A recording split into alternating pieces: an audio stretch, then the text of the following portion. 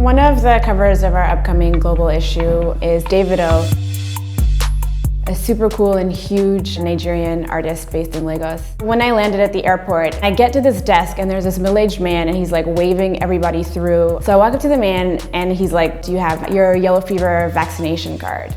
And I did not. When he was like, "Sorry, you gotta go back to where you came from. Can't let you in without a yellow fever vaccination card." And he asked me what specifically I was there for. And I was like, "Oh, I'm here to hang out with this guy, Davido. I don't know if you've heard of him." His eyes got super huge and he got really excited. And he was like, "Oh my God, if you're here to hang out with Davido, you're my friend. I'll give you anything you need." He was like, "God bless Davido, that's our son. We're really proud of him." And he let me through. And that's sort of when I realized that Davido was way bigger of a deal than I could have possibly imagined.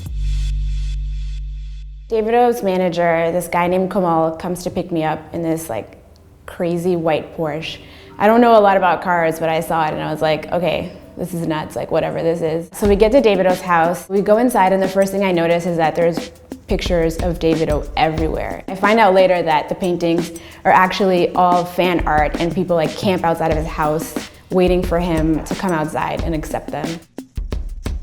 I grew up in Africa, but I grew up listening to rap and rock and whatever else was playing on MTV. And you'd never see an African artist on TV or anything like that. And I think for Davido growing up, he sort of had a similar experience. Eventually, a few years ago, guys like D'banj started making this new kind of African pop music that sounded like house, it sounded like hip hop. For me, I started thinking oh, maybe Africa is way cooler than I thought it was growing up. Around the same time, Davido was having a similar experience. And that's when he decided to sort of drop R&B and hip hop as his primary focus and start making African music. One of the reasons that I was really interested in doing this story was because of that. We are these people who are sort of living between multiple worlds and multiple cultures, with the internet being able to tell those stories sort of in a new way that over here might not have occurred to the average FADER reader.